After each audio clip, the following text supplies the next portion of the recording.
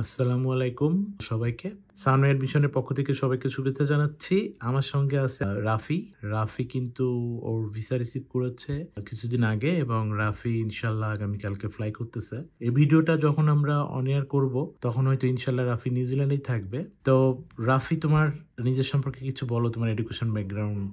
ধন্যবাদ এমডি আসাদুজ্জামান ভাইয়াকে সানওয়ে অ্যাডমিশনের পক্ষ থেকে। প্রথমতই এই সাকসেস বা ভিসার পূর্ণ প্রসিডিউরে টিল শুরু থেকে এখন পর্যন্ত কোঅপারেট করছেন।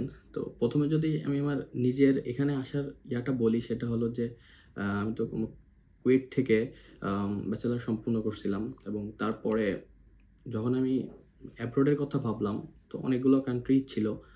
তো তার মধ্যে যেহেতু আমার স্পাউসও ছিল, তো কোথায় বেটার হবে, কোথায় কোন অপরচুনিটিটা পাবো এবং ফিউচার আমি কিভাবে নিজেকে দেখতে চাচ্ছি, সো সেইগুলোর সব কিছু মিলে একটা যে সেট আপ দাঁড়ায়, তাতে আমার কাছে মনে হয় যে New Zealand can B a good option. So এবং সেখানেও অনেক অনেক অনেক প্যারামিটার ছিল যেগুলো হয়তো আমি পার করতে পারতেছিলাম বা পারতেছিলাম না। সো সেই জিনিসগুলোতে সানওয়ে অ্যাডমিশন এবং তারপরে আসাদ ভাইয়ার সবসময় একটা কোলাবোরেশন ছিল। তো আমার এই জার্নিটা মূলত শুরু হয় হচ্ছে জুন থেকে।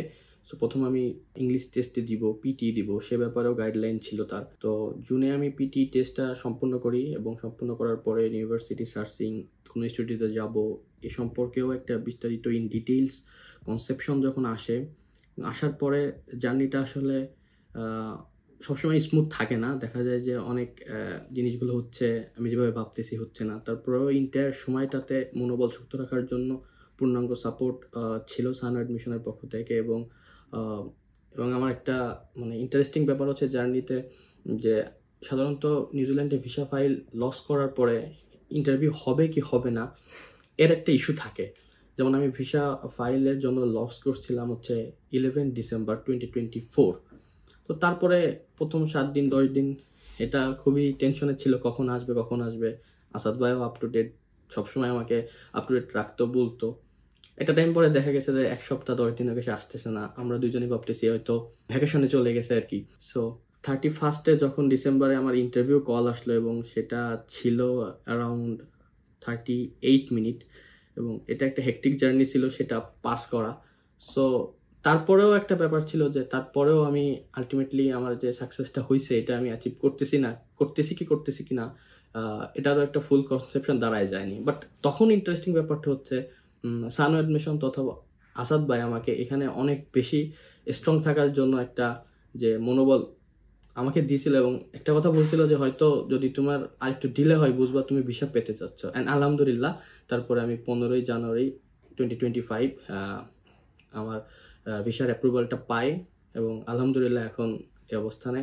এর জন্য আমি ধন্যবাদ জানাচ্ছি সানওয়ে অ্যাডমিশন এবং অবভিয়াসলি এমডি আসাদুজ্জামান ভাইকে তার এই কোলাবোরেশনের জন্য। এবং এটাই আর কি। ওকে, থ্যাংক ইউ তোমাকে এত ভালো করে বলার জন্য সানওয়ে অ্যাডমিশন সম্পর্কে। সো রাফি যেটা মিস করছে বলতে, ওর নিউজিল্যান্ড চুজ করার পিছনে আরও একটা বড় কারণ ছিল সাবজেক্ট। আমরা সবাই জানি যে মেকানিক্যাল কিন্তু one of the green list program এই মুহূর্তে নিউজিল্যান্ডে, যেটা কিছুদিন আগেই অ্যাপ্রুভ হলো গ্রিন লিস্টের আন্ডারে। তো স্বাভাবিকভাবে ও অ্যাকচুয়ালি মেকানিক্যাল ইঞ্জিনিয়ারিংয়ে ব্যাচেলর করেছে কুয়েট থেকে। তো যেহেতু এটা একটা গ্রিন লিস্ট প্রোগ্রাম, তো এটা একটা বড় কারণ কিন্তু ওর নিউজিল্যান্ড চুজ করা। হ্যাঁ, ওর যেটা বললো ওর স্পাউস আছে, এটাও একটা বড় কারণ যে স্পাউসদের কিন্তু ফ্যাসিলিটির দিক থেকে নিউজিল্যান্ড ডেফিনেটলি অনেক ভালো কিছু সুযোগ দিচ্ছে। তো সবাই রাফির জন্য দোয়া করবেন, রাফি যেন ওর কাঙ্ক্ষিত লক্ষ্যে পৌঁছাতে পারে এবং আমরাও দোয়া করি যে রাফি যেন অনেক ভালো কিছু করতে পারে ইনশাল্লাহ। এই দোয়ায় থাকবে ওর জন্য। তো সবাইকে আল্লাহ হাফেজ।